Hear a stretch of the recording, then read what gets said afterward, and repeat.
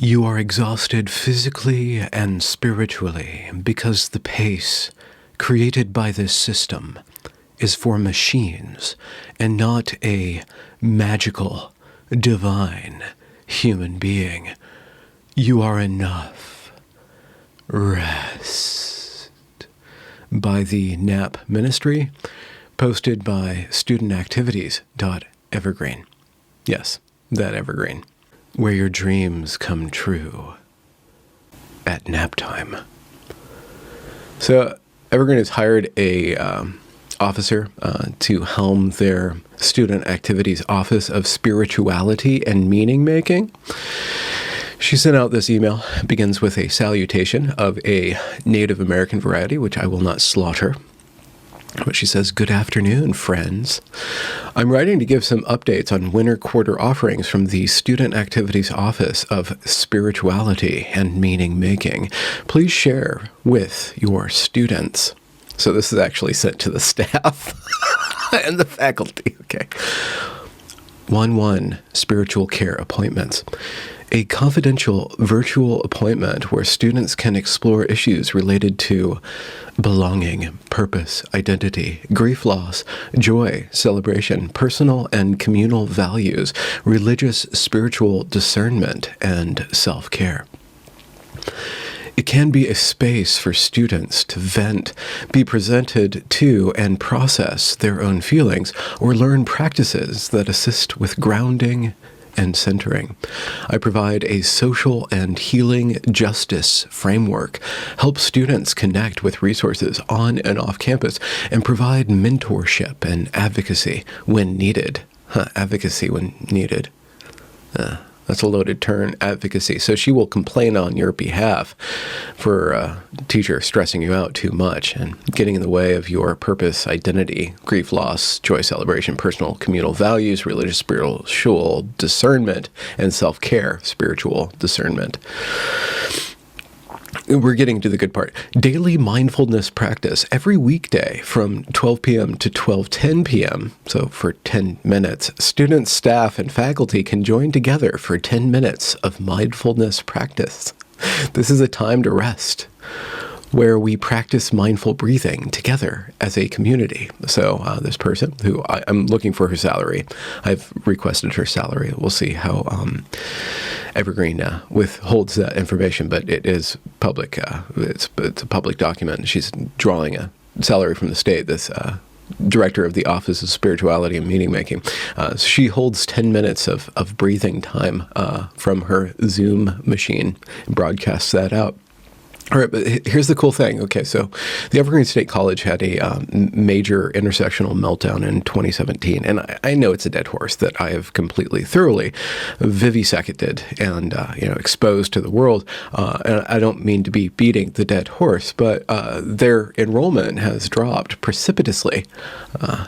It's at 50% of what it was. It will go down another nice deep step once this particular graduating class graduates, because they've been raking in 300 or 200 student-sized classes since the fall of, 2018. So right after the protest, it went down a little bit, and then the year later, it went boom, boom, boom, boom, boom. So they're like a ball, a little bouncy ball that's getting smaller and smaller and smaller. And so they invested money. Well, they invested money in a bunch of other projects like renovations and marketing, for one. They poured a whole lot of money into marketing. But now they're pouring money into an Office of Spirituality and Meaning Making for this institution of higher education. And this is what this person provides. Some spiritual care appointments, whatever that is. I don't know if that's licensed at all. Is that supposed to be psychology? Does she know what she's doing? I don't know. What does a spiritual counselor do? They basically hired a priest, and then 10 minutes of breathing for everybody. But this is the best one. Tarot a day and other social media goodies. Enjoy a daily tarot reading at the Student Activities Instagram page. Posted daily in our Instagram stories, I pull a tarot card and offer some insight and practices that might brighten your day.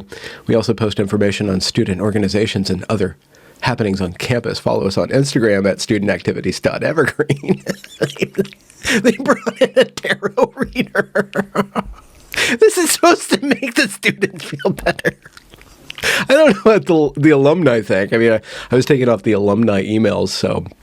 And they nuked the alumni Facebook page because there was too much information that they didn't like getting out. And, the alumni are, one of their donating class. So that's basically what a piece of paper from Evergreen means right now. And I guess I would rather it mean some sort of oracular tarot proficiency rather than the destruction of Western civilization as we know it. Actually, the destruction of Western civilization as we know it, as it was enacted at Evergreen, is actually more useful for the world than tarot information. But I don't know. I went on the Instagram and she has yet to post some tarot card readings. But it's just like, they can't not keep providing me material. In more sobering news, one of the participants of the Evergreen State College protests, and arguably who sparked them, but not that they were his fault, but his activity stirred the events that led to the Evergreen State College. Why is communism so difficult to deal with? Keave Duvia has been arrested now twice for his involvement in Portland mischief. Most recently on the January 20th Antifa attacks, he was arrested and charged with criminal mischief. He was released directly right away from Andy No. He's a former Evergreen State student, as we know, and is charged with felony riot and more. He was arrested at violent protests last year, but all of those charges were dropped. Keave has since opened a GoFundMe, and you can find that by looking up K-AVE, K-A-I-AVA, if you would like to donate to this. It was created 4 days ago from the date of this recording, and its explanation for his GoFundMe is, I was arrested on J20 in Portland, Oregon. I'm now faced with 2 felony charges and am seeking support for my defense fund to help keep me from being incarcerated. I'm a BIPOC individual that's fighting for a better future and would love support, which is interesting. He's leaning into his identity now, which he mocked or put on display prior to the Evergreen protests, and he was on the other side of those protests, being a focal point of them. So for a little additional context, and I do want to respect him, I have no judgment on him myself, I just trying to keep us up to date on the unfolding of these Evergreen individuals as they spiral out into the world. On May 31st, 2020, he posts this post with attendant video of protests in Portland. The text of his Facebook post reads, Portland, Oregon. Following a night of riots, Saturday was a largely peaceful protest. Largely peaceful. Hundreds gathered to march for George Floyd. However, the city put a curfew at 8 p.m. Prior to this curfew, there was a large congregation of protesters at Chapman Square. The police unlawfully started flashbanging and gassing the protesters, saying it was unlawful to gather. During this, they told us to stay on the sidewalks, which we followed, and then they started to use force against us to move. They tackled a young woman, and an officer stuck his knee on her neck. We marched all throughout Portland, and the police decided to trap us and fire gas into the crowd as we were fleeing. I was at a park near the water with the majority of the protesters, and the cops created a smoke screen of gas, cutting off our access to the road for escape, and they were behind us using something to trap us. There's a typo there. As the night progressed, so now we are in curfew, as the night progressed, they started indiscriminately using force. They pepper sprayed a homeless woman. I proceeded to help wash her eyes out, and then I took maybe 10 steps forward to see the police. There were a total of 4 of us near this corner of the block, and we were shot with a flashbang and gas just for walking around. This continued all throughout the night. The Portland police showed little care for any constitutional rights, this is again after curfew has been called, and showed us only excessive force.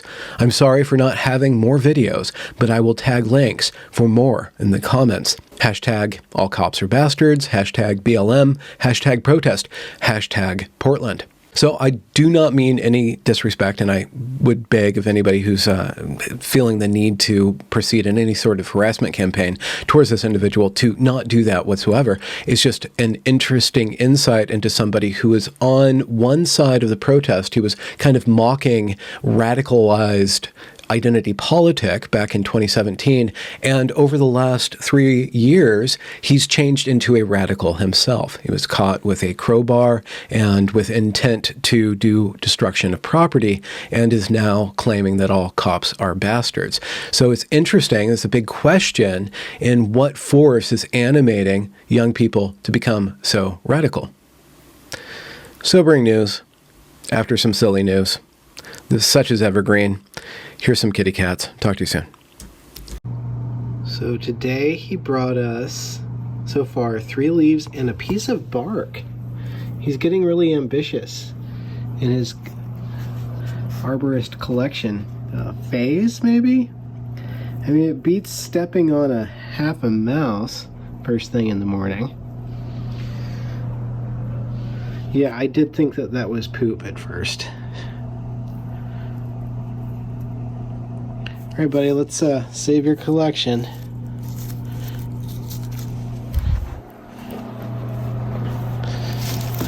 Seriously, he just brings in leaves. It's so weird.